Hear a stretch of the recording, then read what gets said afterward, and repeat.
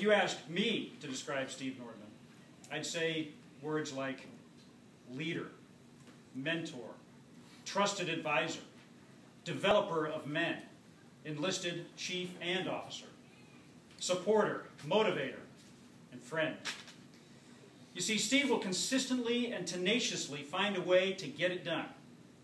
And he'll get the men to enjoy doing it and give them full credit for the getting it done.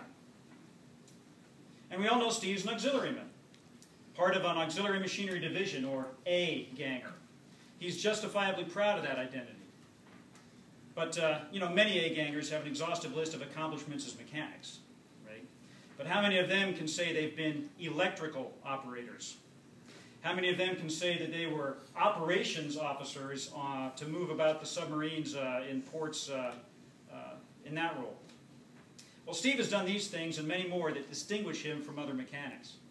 So let's reflect on that career a little bit. He joined the Navy in April of 1989 as a non-rate striker, and he completed boot camp and basic submarine school by August of 1989. He graduated at the top of his class, which gave him the opportunity to actually pick his rate, and he chose submarine auxiliaryman. And he earned his crow as a third class at A school, and then reported USS Phoenix in early 1990. And in only 6 months, he qualified submarines.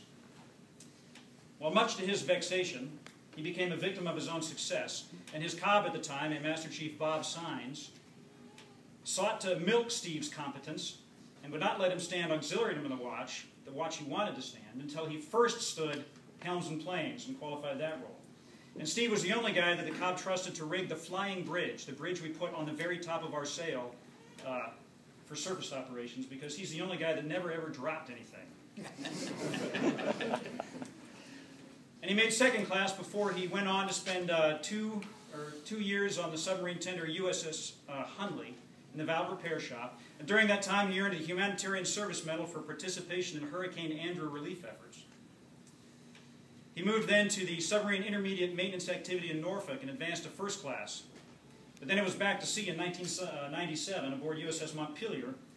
And after only a short time, that A-gang chief retired, and the ALPO, the first class there, became medically disqualified. And so Steve, after being on board for just several weeks, became the senior A-ganger on board, still having to face the challenges of qualifying and getting to know the ship again, learning how to deploy again, but nonetheless, he performed brilliantly. In 2001, he transferred to USS Dolphin, the last non-nuclear submarine in the history of our force, and he advanced to Chief Petty Officer. Now, it's here that this mechanic became an accomplished electrical operator. It's kind of the non-nuclear version of a throttleman on non-nuclear boats. And on 21 May in 2002, the Dolphin suffered a severe flooding casualty. The crew eventually had to abandon ship more than 100 miles off the coast of San Diego. Now, he was the chief of the watch who initially called away the flooding.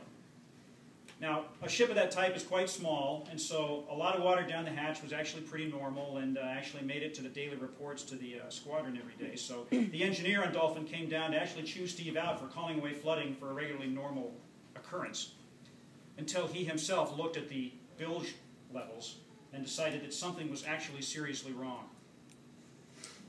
Steve and that crew fought that casualty for more than 3 hours before they were forced to abandon that ship.